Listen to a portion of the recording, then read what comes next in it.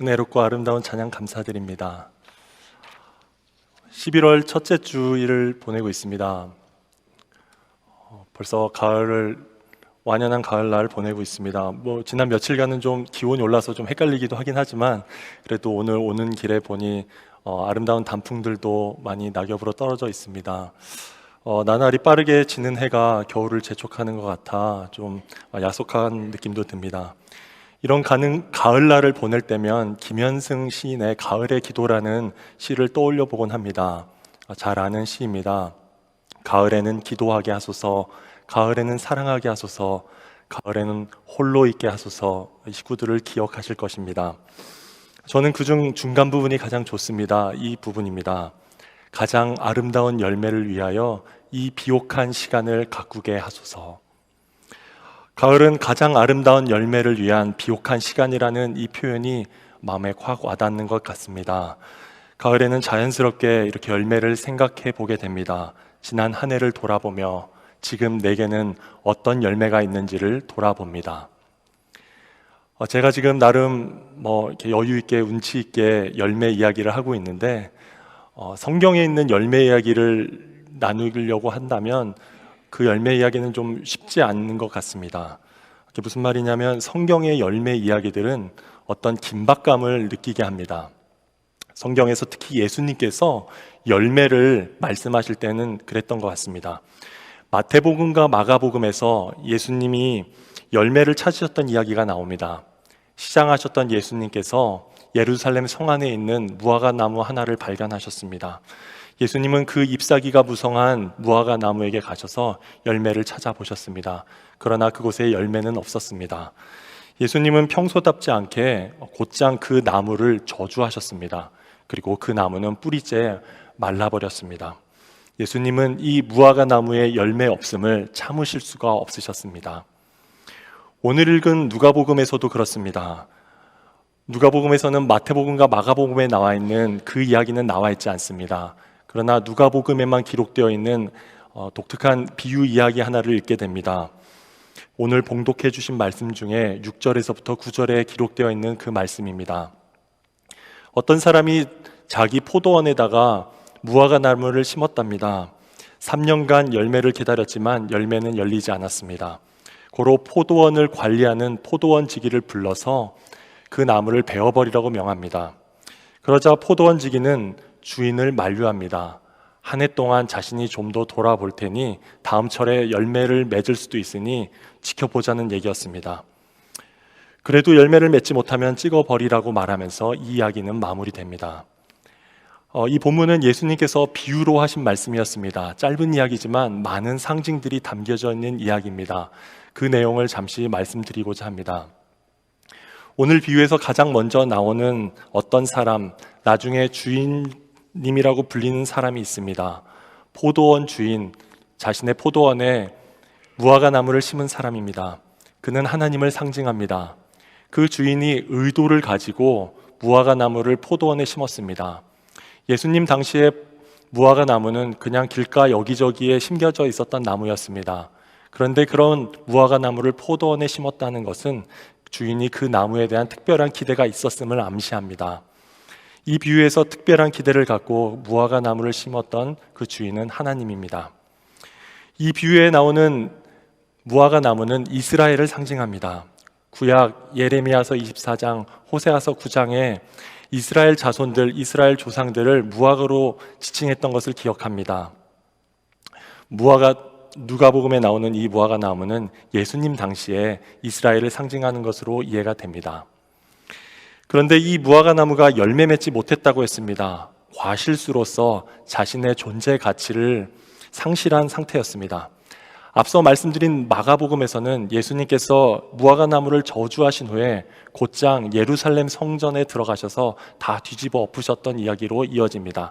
그리고 나와서 보니 그 무화과 나무가 뿌리째 말라 있었습니다. 두 이야기가 연결되어 있습니다. 그러니까 열매 맺지 못한 무화과 나무는 마땅히 맺었어야 할 열매가 맺히지 않은 당시 이스라엘의 상태였습니다. 열매 맺지 못한 무화과 나무는 자신의 존재 가치를 상실한 심판받아 마땅한 상태를 의미합니다. 이 비유에서는 3년의 시간이라는 3이라는 숫자가 나옵니다. 이 무화과 나무가 3년간 열매를 맺지 못했다고 했습니다. 성경에서 3이란 숫자는 완전수로 완전함, 충분함을 의미합니다. 3년은 예수님이 오시기 전 이스라엘이 열매를 맺기에 충분한 시간을 상징합니다. 주인이 기다려준 그 은혜의 시간, 열매가 맺혀지기에 충분한 시간이란 의미로 3년의 시간을 말씀하셨습니다. 그리고 그 주인이 열매를 얻을까 하였다라는 표현이 나옵니다. 원어를 읽어보면 분사형으로 되어 있는데, 그러니까 열매를 얻어보려고 지속적으로 구하였다는 의미입니다. 그러니까 주인은 그 무화과 나무를 거기다 심어놓고 그냥 관심 없이 있다가 이따금 한번 와서 열매가 열렸나 보았던 것이 아닙니다. 주인은 그 무화과 나무를 날마다 찾아와서 지속적으로 열매가 열렸는지 오매불망 기다렸던 것으로 보입니다. 무화과 나무는 충분히 자라났고 주인은 3년이나 기다렸지만 번번이 주인을 실망시켰습니다. 이 비유에서 찍어버려라, 찍어버리십시오라는 찍어버림이라는 표현이 2번 반복됩니다. 찍어버림은 잘라낸다, 완전히 제거된다는 의미입니다. 회복이 없는 완전한 제거, 영원한 멸망을 가리킵니다. 이 비유에서 기회를 더 주는 것에 대한 이야기가 이어지는 것으로 보아 찍어버림은 분명 기회의 상실을 의미하는 것으로 보입니다. 주어진 기회가 완전히 상실된 상태를 나무를 찍어버리는 것으로 말씀하고 계십니다. 마지막으로 이 비유에서 2번째 등장인물인 포도원 지기는 예수님을 상징합니다. 그가 하는 말이나 행동을 볼 때 예수님처럼 보입니다. 무화과 나무를 변호하듯 보호하듯 주인에게 말합니다. 이미 포도원 주인이 베어버리라는 말씀을 하셨는데도 오래만 두십시오라고 간청합니다. 포도원 지기는 끝까지 나무를 살려보고자 주인에게 요청했습니다. 하나님의 심판이 예수 그리스도의 중재로 인해 유보되어짐을 보여줍니다. 포도원 지기는 예수님을 상징합니다. 제가 지금까지 말씀드린 내용을 정리하면 이렇게 볼 수 있습니다. 화면에 보시면 무화과 나무는 이스라엘이고 포도원 주인은 하나님이며 그 내용들을 쭉 적어 놓았습니다. 이 비유에 따르면 이스라엘은 하나님께서 찾으시던 열매를 맺었어야만 했습니다. 그러나 열매가 없었습니다. 당장 심판을 받아 마땅한데 예수님께서 한 번만 더 기회를 달라고 요청하셨습니다. 이에 대한 주인의 대답은 나와 있지 않지만 예수님의 중재로 심판은 잠시 보류된 것으로 보여집니다. 고로 예수님께서 이 이야기를 듣고 있는 사람들에게 하시고 싶은 말씀은 이런 것으로 이해되어집니다. 너희는 지금 열매 맺을 마지막 기회 가운데 있다. 열매 맺을 시간이 정말 많이 남지 않았다. 남은 제한된 시간 동안에 반드시 열매를 맺어야 한다. 다시 한번 기회를 줄 테니 지금이라도 속히 열매를 맺으라. 분명 늦었지만 더 늦기 전에 열매를 맺는다면 하나님의 심판을 피할 수 있을 것이다. 그렇다면 하나님께서 그토록 보기 원하셨던 열매는 무엇입니까? 예수님께서 하나님의 심판을 늦추시면서까지 이스라엘이 맺었으면 하셨던 그 열매는 무엇입니까? 그 열매가 무엇인지는 오늘 본문의 첫 번째 단락인 1절에서부터 5절로부터 그 내용을 확인할 수 있습니다. 바로 앞부분에서 몇몇 사람들이 예수님께 소식을 전해왔습니다. 빌라도가 갈릴리 사람들을 학살하여서 그 피를 제물에 섞었다는 소식이었습니다. 예수님께 이런 사실을 전한 사람들의 의도는 빌라도의 어떤 잔인함이나 그 소식 내용 자체만은 아니었습니다. 그렇게 죽임당한 갈릴리 사람들의 그 사람들에 대한 예수님의 의견을 듣고자 그 소식을 전해온 것으로 보여집니다. 또한 예수님은 실로암에서 탑이 무너져서 18명이 죽었다는 이야기도 덧붙이십니다. 앞서 들은 소식이 인위적인 사람의 악에 대한 이야기였다면 이어진 실로암 탑이 무너진 사고는 우연적인 자연의 악에 관한 이야기입니다. 거기서 죽은 사람들에 대한 예수님의 견해가 이어집니다. 예수님께서는 이 사건 사고에 대한 당시 통념을 깨뜨리는 말씀을 이어서 하십니다. 당시 사람들은 재앙을 당한다는 것은 거기에 분명 남다른 많은 죄가 있기 때문이다라고 생각했습니다. 그런데 그때 그에 대해서 예수님은 전혀 다른 관점에서 말씀하십니다. 남들보다 죄가 많아서 그들이 죽은 것이라고 생각하는 사람들에게 그렇지 않다라고 2번 반복하여서 말씀하십니다. 또한 사람들이 지금 전하고 있는 사건, 또 다 알고 있는 이 사고에 대해 자기 자신들은 아무 관계가 없는 것처럼 말하고 있는 것을 알고 계셨습니다. 그런 예수님께서 그 사람들에게 너희가 중요하다라고 말씀하십니다. 빌라도의 죄나 죽은 사람들의 죄나 당시에 아직 죽지 않은 다른 사람들의 죄의 경중에 대해선 일절 언급하지 않으십니다. 다만 너희의 회개를 강조하십니다. 너희도 회개하지 않으면 모두 그렇게 망할 것이다. 마치 이렇게 말씀하시는 것 같습니다. 그들이 당한 결과가 그들의 남다른 많은 죄 때문이다라는 의심은 하지 말아라. 지금 다른 사람들의 죄에 대해서 말하고 신경 쓸 때가 아니다. 너희도 회개해야 한다. 그렇지 않으면 모두 그렇게 망할 것이다. 비극적인 사고의 소식이 들려오는 순간 예수님의 요청은 너희도 회개하라 였습니다. 안타까운 재난이 일어났을 때 예수님의 명령은 너희도 회개하라 였습니다. 이제 앞서 말씀드린 무화과 나무 열매의 비유와 이 앞부분의 내용을 함께 생각해 보면 오늘 단락의 결론이 나옵니다. 바로 하나님께서 이스라엘로부터 그토록 보기 원하셨던 열매는 바로 회개의 열매였습니다. 그러고 보니 누가복음을 처음 시작할 때 세례 요한을 통해 이미 말씀하셨던 내용입니다. 즉 회개에 알맞은 열매를 맺어라. 도끼를 이미 나무 뿌리에 갖다 놓으셨다. 그러므로 좋은 열매를 맺지 않는 나무는 다 찍어서 불 속에 던지신다. 세례 요한이 이미 처음부터 임박한 심판을 근거로 회개의 열매를 강조했었습니다. 동일한 내용의 말씀을 이제 예수님께서 예수님의 버전으로 말씀해 주시고 계십니다. 하나님께서 지금껏 많이 기다리셨다. 열매 맺을 시간이 많이 남지 않았다. 지금은 한 번 더 주어진 마지막 기회이다. 지금 맺어야 할 열매는 회개의 열매이다. 특히 재난, 사건, 사고의 소식이 들려올 때 그 당사자들에 대해 말할 때가 아니다. 다른 사람들의 남다른 큰 죄에 대해서 말하고 싶을 때 그 사람들 말고 너희 자신이 중요하다. 너희도 회개하지 않으면 그렇게 망할 것이다. 여기까지 오늘 나와 있는 이 본문의 두 단락의 결론을 듣고 나서 다시 우리 자신을 돌아보게 됩니다. 오늘 제가 나누고 있는 이 말씀은 예수님께서 예수님 당시에 이스라엘 사람들에게만 하신 말씀은 아니었습니다. 오늘 말씀은 새로운 무화과 나무, 새로운 이스라엘, 신약시대 이후의 모든 성도들에게 하시는 말씀입니다. 그리고 2022년 11월 첫째 주를 살아가고 있는 우리 모두에게 주시는 말씀일 수도 있습니다. 2019년 12월 코로나19 바이러스가 처음 발견된 이후로 지난 3년간 공식적으로 660만 명, 비공식적으로 1,500만 명이 죽어왔다라는 소식을 듣고 있는 우리에게 주시는 말씀일 수 있습니다. 2022년 2월 러시아의 우크라이나 침공 이후 수만 명의 민간인과 군인들이 사망했다는 소식을 들어오는 우리에게 주시는 말씀일 수 있습니다. 지난 주말 조국 한국의 서울 한복판에서 156명의 젊은 생명들이 비참히 눌려 죽었다는 소식을 듣고 있는 우리에게 하시는 말씀일 수 있습니다. 재난, 사건, 사고의 소식이 들려올 때 우리의 관심이 어디에 있는지 돌아봅니다. 어떤 말에 귀를 기울이고 있습니까?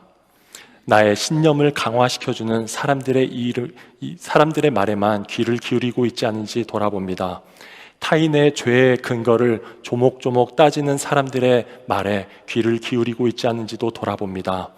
이때 조용히 그러나 다급히 들려오는 주님의 음성에 귀 기울일 수 있게 되길 원합니다. 너희도 회개하지 않으면 그렇게 망할 것이다. 한쪽에서는 정부와 시스템과 책임자들을 비난합니다. 다른 한쪽에서는 시위자들과 이전 정권과 희생자 당사자들을 탓합니다. 같은 상황 가운데 있는데 너무나 다른 대상의 죄에 집중하고 있는 모습을 봅니다. 물론 잘잘못을 따지고 분명히 문제를 바로잡고 재발을 방지해야 할 것입니다.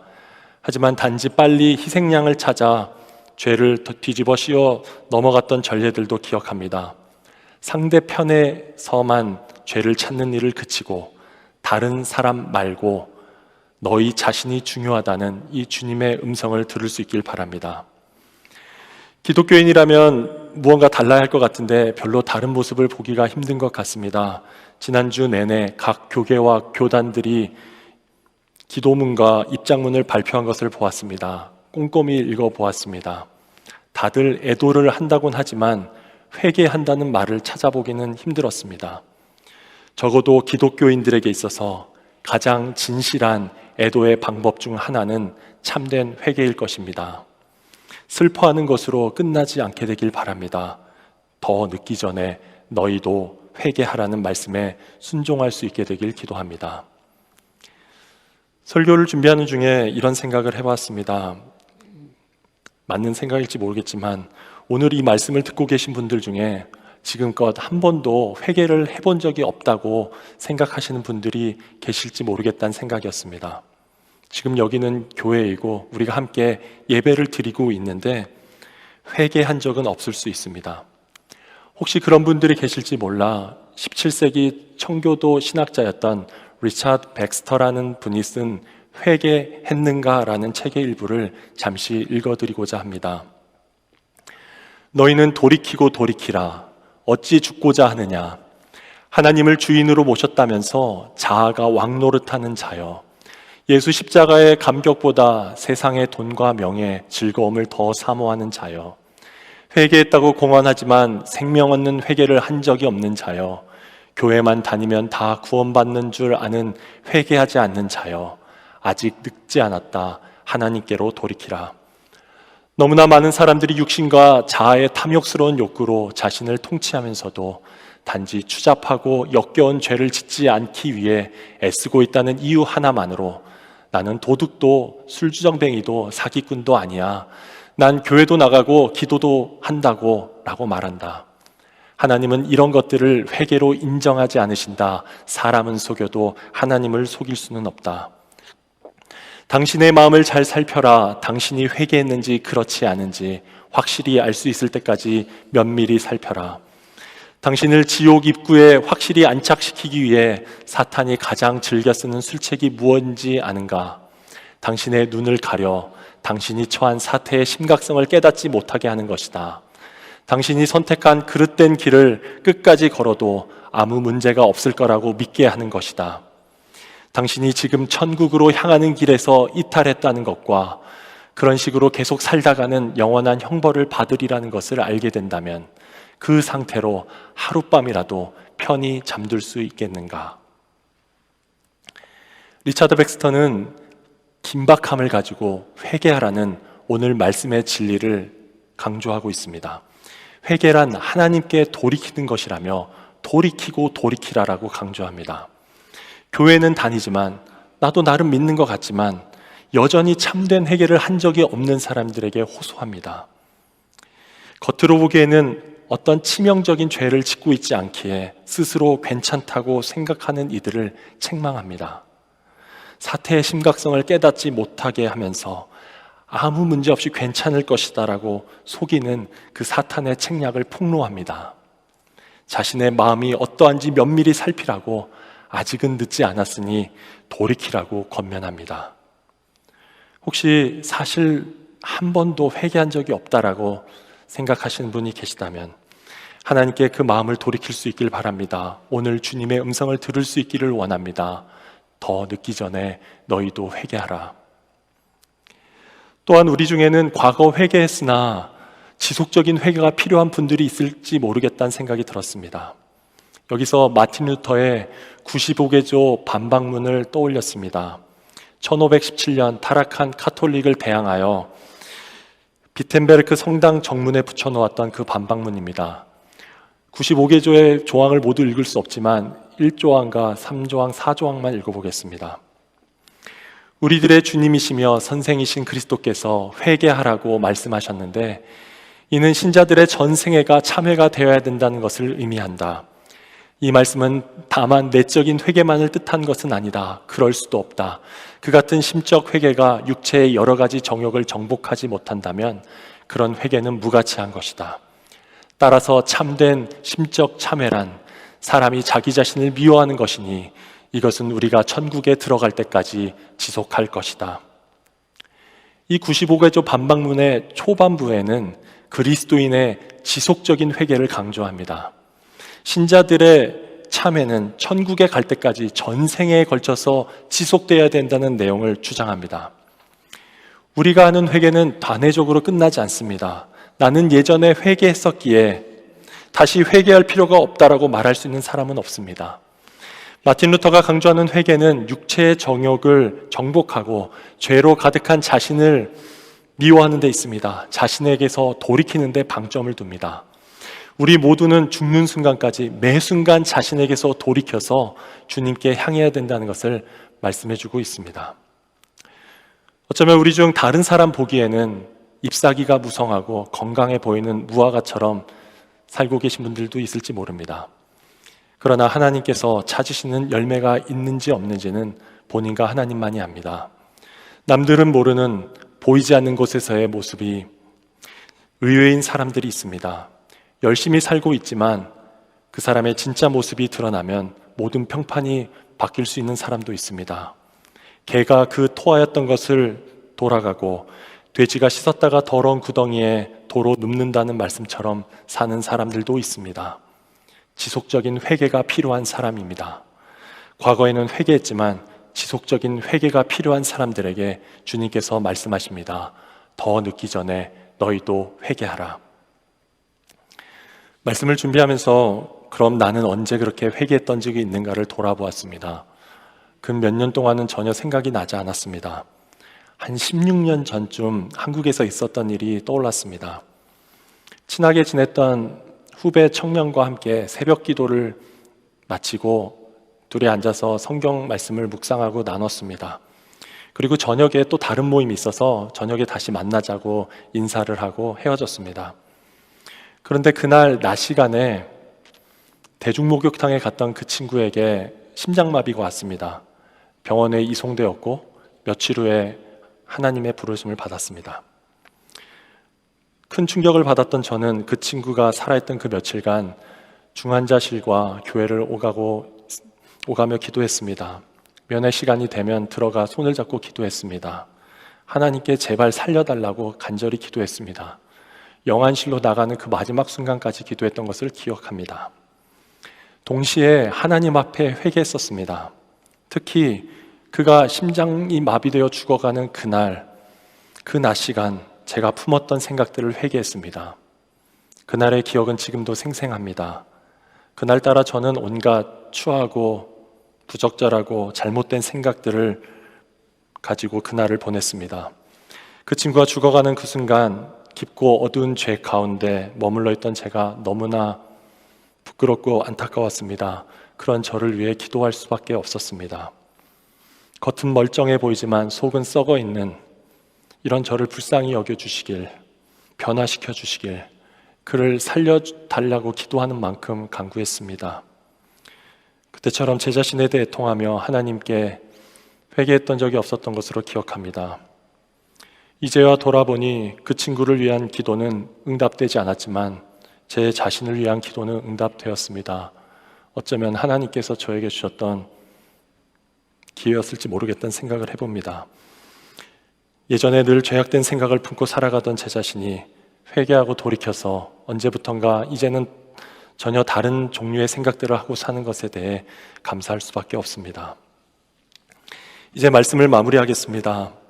가을이 되어 열매 이야기로 말씀을 시작하였습니다. 주님께서 회개와 열매 이야기를 우리에게 주시면서 우리에게도 회개의 열매를 요청하신다고 말씀드렸습니다.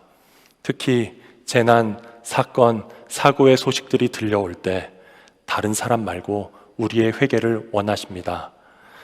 한 번도 회개한 적 없는 이들에게, 지속적인 회개가 필요한 이들에게 주님께서 말씀하십니다. 부디 더 늦기 전에 너희도 회개하라. 오늘 이 주님의 음성을 듣고 주님이 원하시는 반응으로 주님께 나가길 기도합니다. 기도하겠습니다.